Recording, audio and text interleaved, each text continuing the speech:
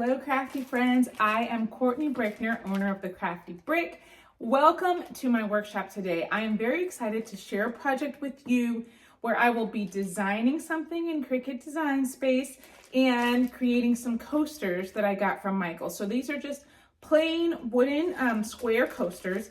What I want to do is show you how to create a monogram that has a little shadow effect beside it, as well as knocking out the middle and adding a name. So these coasters will make a great gift for a wedding present or housewarming gift or birthday present.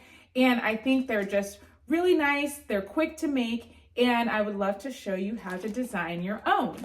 I'm going to be staining them and then applying the vinyl to the coaster, and then I will show you the end result. So I will take you from designing to having your finished coaster at the end of this workshop. So welcome. I will show you how to do it. First, let's go over the supplies that we're going to be using today.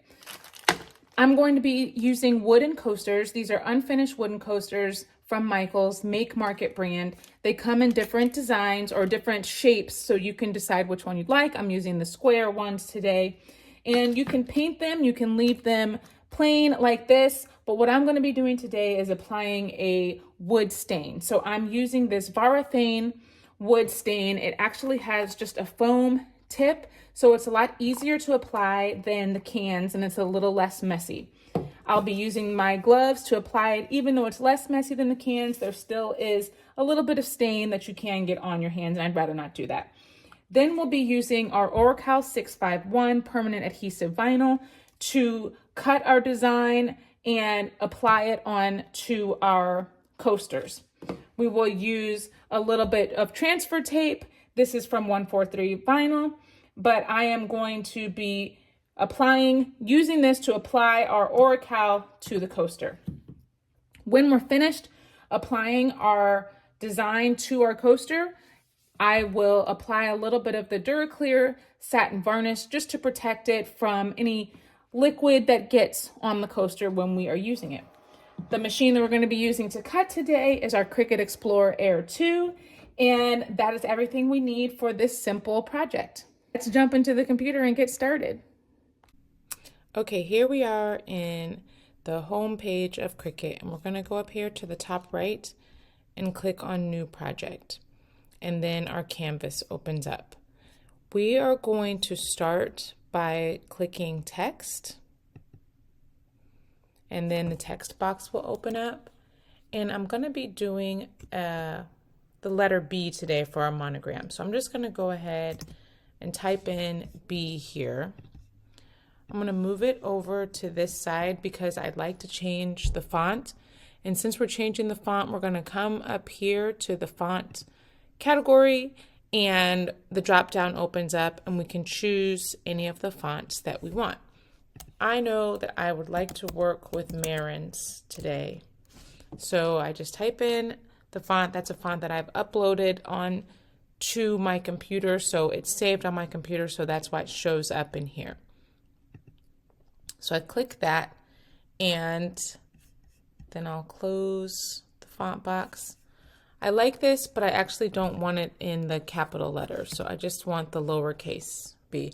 This one, the capital letters, they're really fancy B's like that, and then the lowercase one, they're all capitalized letters, but they're just smaller. So I'm just going to be using the smaller one this time for this lesson. So let's go ahead and increase the size of this by pulling the corner. Okay, so I want to make a copy of the letter, so I'm just going to right click and duplicate. And this one I'm just going to keep there because I need an extra copy of the letter, and I'll show you why in just a second. So I'm going to make one more duplicate. This one I will bring over here. I'm going to change the color, so we'll go up here to the top left to our color options. It really doesn't matter. I'm just going to choose a color so that I can differentiate between these two letters here, these two B's. I want to be able to see which one is the front, which one's the back. I am going to hover this second bee, over the pink bee, over the gray bee. So what I'm doing right here is just determining how I want my shadow to look. Do I want the shadow to be on the right side, the left side like that?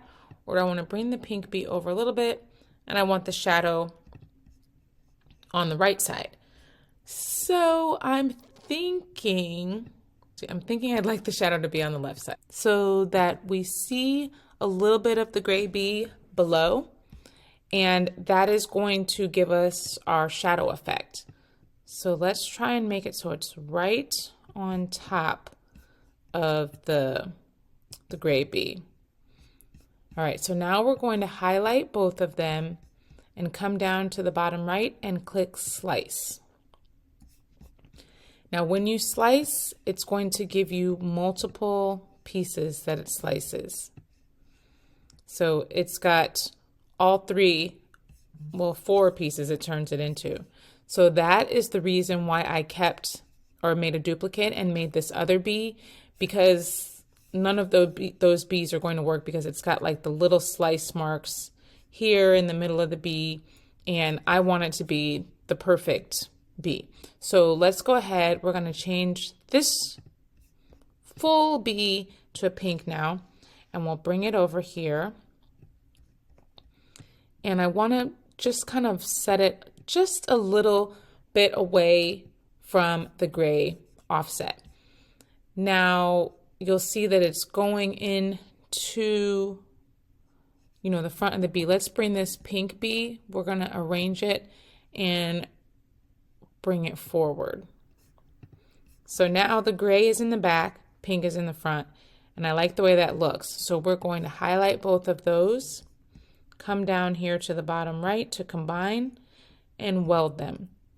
When you weld it, it turns them both the same color, but it makes them one piece. So now that they will not be able to move separately from each other.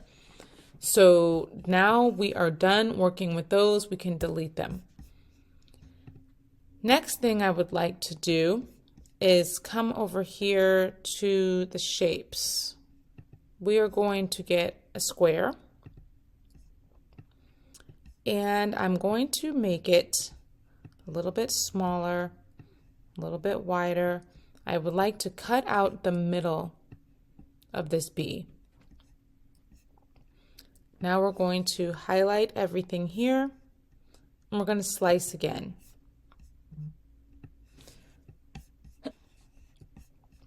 Again, we've got multiple pieces that we're not going to need. I just wanted to take out that middle part.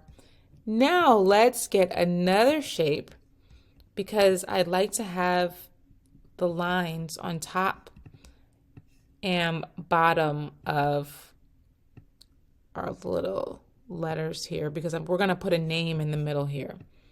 So let's do that, and then we're going to right click, duplicate this, and bring this down. Now let's highlight all of them and make sure that they are centered. Center horizontally. Now I would like to go back to the text and go ahead and enter the word that we would like to put in the middle. It's a little too big, so let's make that just a tad smaller. Let's see, maybe even just a teeny bit smaller. So we have a little bit of space on the top and the bottom. Okay, now let's center everything again, just to make sure that the name is in the center as well. And now we'll highlight everything and we will weld it once again. We actually don't need all of these other sliced parts. Okay, on the package, I already know that my square is 3.93 by 3.93. So let's go over here and we're gonna make a square, and we will actually put it the size that's on the package, so we know exactly how much space we have to work with. Let's change this color so we can see it a little better. And then we are going to send this to the back. All right, this, our design, it actually looks like it's a really good size. So let me see what size it is. 3.17 by 2.75. We maybe could make it just a tad bit bigger. Yeah, okay, so 3.42 by 2.97. Does that look good? I like it like that. I think that that is a good size. Let's go ahead and center it just, let's go ahead and center it. We are going to center it on our square, and I think that looks good. So now that we have it the size that we would like, we are ready to go ahead and click Make It. And then we have our basic cut, we've got our mat, and we're using a 12 by 12 material size. The vinyl here, we've got a basic cut. We're loading it onto our mat. We don't have the card mat, we're just using a regular mat. We're using a 12 by 12. You can change the size here, but we're just going to be using a regular mat. I forgot, we don't need to cut two things. So this has it cutting our design as well as our square that we were just using for measuring. So let's cancel. Yes, we want to cancel this. Cancel the cut. So we're going to go back here and just hide that because we don't need that square. We were just trying to use that for measuring. And since we've got 4 coasters, let's go ahead and change this number up here, our project copies. We're going to change that to 4 because we want all of them to cut at the same time. And then we will click apply. And then 4 show up on our mat. The only thing is I feel like these are just a little bit close together. I'd like to have a little bit more room to work with when I'm cutting this out. So I'm just going to spread it a little bit further away from the other designs. I know Cricut has set it up so that it's using the mat most efficiently, but I find that vinyl kind of sticks together, and especially if it's really close, it makes it kind of annoying. So what I like to do is spread them a little bit further apart, and then I'm going to cut out in between each bee so that I'm working with just one bee at a time. So that will make it better for me. So let's go ahead, click continue, and then our machine will pop up and we decide which machine we're going to connect to.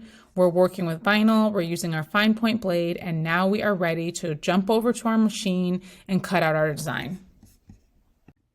So just a little tip, when you are working with a new package of vinyl, sometimes it's hard to get it out of the package. So what I like to do is go to the inside, grab the center of the material, and I just start to roll it in. Keep rolling it, and then that releases it from the side of the package and makes it really easy to pull it out. Then we will go ahead and lay our vinyl on our mat.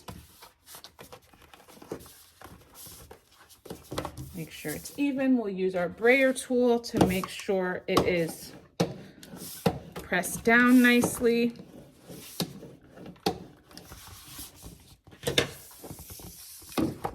Pull our machine up from the wall a little bit so that we have room for the mat in the back. Place our mat in here, place the arrow button. It feeds our mat in. And then we'll click the flashing C sign and our design will start to cut.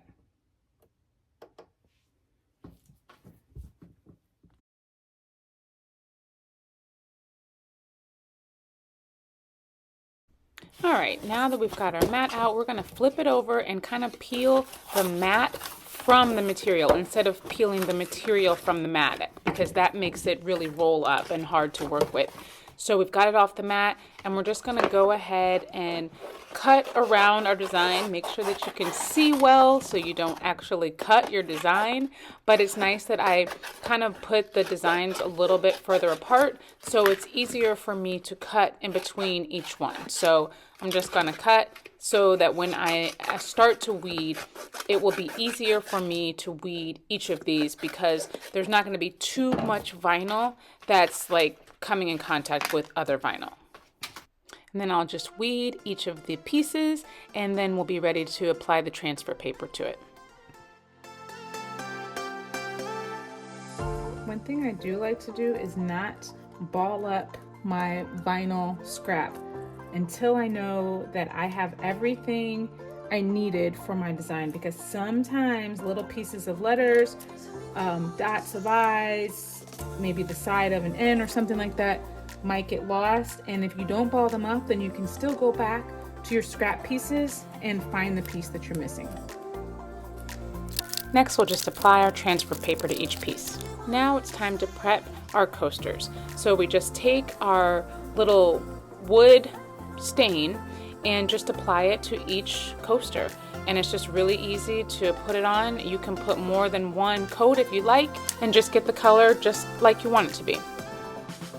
After the coasters have dried, then we will take our design and remove the backing from the transfer paper and place the design onto our coaster and then remove the transfer paper. We can use our scraper tool to make sure that it doesn't have any air bubbles in it and that it's really lying nice and smooth. Once we get all the designs in place, then we can apply the polyurethane to the top of our coaster, and this protects it so that it doesn't get water damage when we're using it with our cups and they get the ring on them. So this will protect it from getting the ring. First, I just applied it to the top and then a little bit around the edges as well. I realized I needed to have my glove on because putting it on the edge was getting more difficult and it was touching my skin. I didn't want to do that, so got a little paper to protect the table and put on the rest of the polyurethane. Here they are after they've completely dried. I love the way they turned out. I just think they're so cute and perfect gifts. Thank you so much for watching today. I hope you enjoyed making these coasters. They're so simple, quick, easy to give for presents, and I just really like making them. If you enjoyed it and maybe you want to see more of the Crafty Brick, I am on every social media channel under the Crafty Brick, and I post content every single day. I even do a live crafting session once a week. It's called Craft Tuesday. It is on YouTube, Facebook, and Instagram, where I make something that I haven't made in the past, and sometimes it works out great, sometimes not so much. But it's okay even when it doesn't work out, because we just learn through the mistakes together, and it's a really fun time. I also sell some digital products for craft business owners. If you need help with pricing the products that you sell or with taking photos and videos of your products and you don't want to spend a lot of money on an expensive camera, I help you do that with just your phone. So if you are interested in any of that, you can check the more information button below, and I have more details on all of it. I have really enjoyed spending some time with you today, and I hope to see you around soon. Until next time, stay crafty, my friends. Bye.